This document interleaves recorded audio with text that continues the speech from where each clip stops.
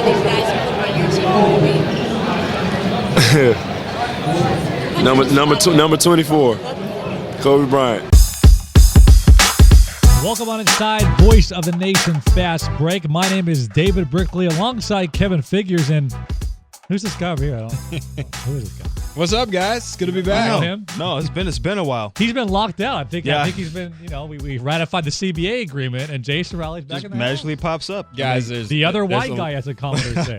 There's a lot of mouths to feed in Africa. I've been over there. Were you Brad building and hospitals Angelina, over in the Philippines? I was. Tim Tebow? All right. The noble Were cause. you hanging out with Brad and I'm back. Angelina? Is that And what you were I'm doing? Okay. I think you guys held up pretty well with that. I actually didn't introduce Kevin Figures right. Negative Nancy over there right now. If you look at the comment right there on the bottom of your screen, I mean, a lot of people last show, hated on you for the negativity. Will you bring more positive into this program? Well, sure. Like, we're getting closer to the start of the NBA season. The trade winds are up. Like, all I said is, like, the CBA wasn't ratified. We're a lot closer to that happening. It's going to happen probably within a matter of hours now. All I said is things way to weren't change the settled. stereotype, man. Keep on going. I'm just saying. Like, we just need to calm down and just not get so. Everybody was so excited that initial night, and I said things aren't finalized So yet. This can Jason still fall Riley apart. is unlocked out. He's out of the lockout. We got Kevin Figures, who brings his negative, most of the time. Okay. Yeah. So let's get into this, because obviously the rumors are hot. They're every hour. They're updated. Dwight Howard and Chris Paul, both guys looking like they're on the move, and the Lakers are serious contenders for both these guys. Let's start with this. Do you think the Lakers should acquire these two guys, one or the other, and who do they give up to get them? They definitely should acquire Dwight Howard. He's a dominant defensive player, probably the best defensive player in the NBA as a whole. Andrew Bynum is a good player. We've always talked about this, though. His major issue is that he's always injured. He can't stay on the floor. When he's actually on the floor and he's healthy, he's one of the best centers. He may be the second best center behind Dwight Howard, to be honest with you. But he can only do it for 10-game stretches. Exactly. Cannot stay on the floor. He's not healthy. Dwight Howard has been durable. The guy's a machine. Doesn't miss games. Always healthy. Dominant in the paint. He's the guy you definitely have to trade for. I mean, you're obviously looking at trading Andrew Bynum, possibly Lamar Odom, too. Yeah, Jason, do you him. give up both Andrew and Lamar for Dwight, or do you think there's a way you could work around it where you only have to give up one piece? No, I think you do give up both of them. And I know when you look at it at the very first glance and you say, wow, that's a lot to give up. We give up a potentially great center, and we give up one of our glue guys who, does a great job for us and has been around for a long time and also has a low contract. I mean, he's a bargain right now. But the reality is that you don't just get Dwight Howard in this deal. You get an improved Pau Gasol, in my opinion, because so much of what has happened with Pau is the soft label. And, now, does he have the getting it done. girlfriend? Is he over it now? Has he got over this mental lapse he had in the playoffs? Well, I think so, but know. I think Nobody knows. We'll see. I think that Dwight Howard actually allows Pau to be a little bit softer, and that's going to be okay. Whereas when Andrew Bynum misses half the games in a regular season and Pau is expected to be that guy, that's where problems come. So I say, yes, you make the move. You get not only Dwight Howard, but you get an improved. And here's the thing Pau with Gasol. Andrew Bynum. I mean, listen, if Orlando thinks this guy could turn around his career and help him towards the future, more power to him. Because I just do not like Andrew Bynum as a player because, listen, he's one more knee injury away from being absolutely worthless. Would you trade for Andrew Bynum when he's had 5 knee surgeries and a major foot injury? No, I wouldn't do it, but the problem is... I want to trade for him now if I'm another GM. I don't see what other GMs see. The problem is, it's not what the Otis Smith and the Orlando sees in him. It's the fact that Dwight Howard wants to play in L.A., and everybody outside of him has basically said that. And the big leveraging point is that, look, I'm a free agent after the year. I can almost tell you I'm not going to re-sign with anybody else if they trade me. Trade me to L.A. or trade me nowhere else. So they're going to have to take whoever their offer. Their best offer is Andrew Bynum and Lamar Odom. Who else are they going to take? You're not going to trade him somewhere where he doesn't want to go. He's already said that you got to go for Dwight Howard. I got my personal opinion. Who would you rather have, Dwight Howard or Chris Paul? Let's go on that note. I think you got to take Dwight Howard, and again, it's for those same reasons. It's not just Dwight Howard that you're getting. If you look at the NBA right now and the way that it's constructed, you have no really great centers behind Dwight Howard. I mean, that's why people are so high on Andrew Bynum, is because who else is there? Yeah, he's number 2. So, but when it comes to a point guard, very distant number 2. But when it comes to a point guard, which the Lakers do need with an aging Derek Fisher and Steve Blake on the bench. Steve who? Yeah, Steve Blake. I don't know that. Yeah. Okay, go ahead. I think that they have to go after that Dwight Howard because, again, you can get a serviceable point guard out there right now who can do the trick for you. And with Dwight Howard, you cannot get anything close to him. And I think, Dwight Howard's an absolute beast. He's not a guy that you're going to throw the ball in and he's going to do a bunch of post moves or, get on the elbow and hit bank shots like Tim Duncan.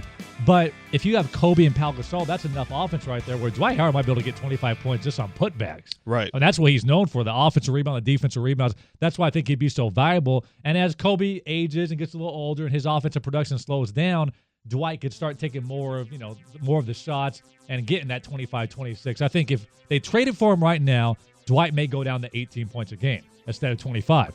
But hey, I mean, you're playing with Kobe and Powell. But like I said, it'd be a perfect transition because the Lakers, they have to, would you agree with this? They need to start looking towards the future because Kobe's about to hang it up here in about 3-4 years. And once he does that, you got a Time Warner contract that's paying you $150 million a year. Right. You have to have an attraction. And if you wait, like the Chargers did with LaDainian Tomlinson, you get nothing in return. It's time to sip out talent right now to get better talent. I would generally agree with you, and I do it for the most part. I think it's really tough for the NBA for a team put the negative that wins. Spin on it. No, I'm just being honest with you.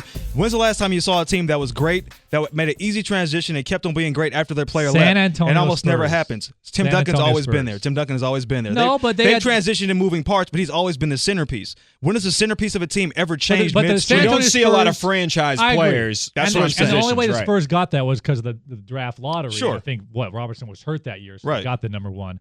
But you're right. I mean, it's very rare when you have a chance with contender be able to make that transition where they continue on as right. contender. There's always a down period for the most part. Now, if you can make a trade like this with Dwight Howard, then it's a no-brainer because you have a guy who can just seamlessly come in. Kobe can phase out. Dwight Howard's offense has actually improved a lot the last 2 years, a whole lot. He's really improved playing with this just in on what day was it? Wednesday.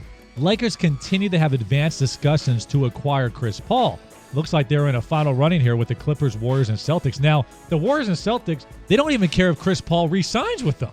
They'll rent the guy out for a year. That's the risk they're willing to take. Right. But can the Lakers get both? I mean, it's possible. It's not a realm of possibility. You could trade Bynum and Odom to Orlando for Dwight and Gasol in a piece to New Orleans for Chris Paul. And you're talking about a starting lineup of Chris Paul, Kobe Bryant, Meta World Peace, and Dwight. And a Lakers team that quickly becomes the most hated team in the NBA. I think they is, would be more hated than the Miami. They We're won't be talking more dream hated team than right here. There is no way they're being more hated than Miami. No way? No way. Oh, no If more. they go out, The if way they go that out- team came together, the way that team came together, no. Yes, it can happen. It's not going to happen. But again, they would have to give up. Okay, give me. They would have to give up Powell. Give me a They'd have to give up percentage. 1 to 100.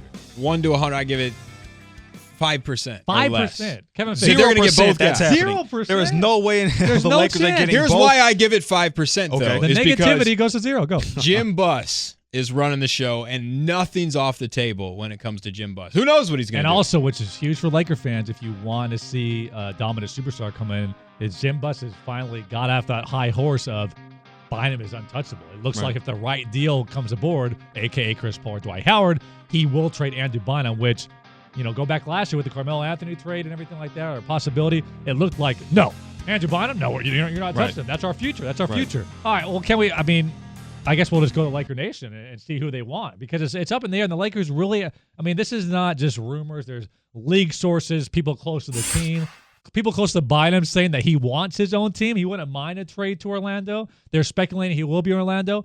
So we'll ask Laker Nation this question. Who would you rather have in a trade, Chris Paul or Dwight Howard? And give me a percentage of possibly landing both these guys. They're going to say 100%.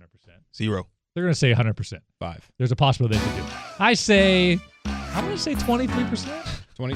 I'm going pretty high here. That's It's a very round number of 23. I like that. 23.4, but I think I just keep it even there. But go ahead and comment below right there on the YouTube video. Make sure to like this video and subscribe. Lakers season is coming on December 25th, and we will be here throughout the whole season talking Lakers basketball. Voice of the Nation, fast break.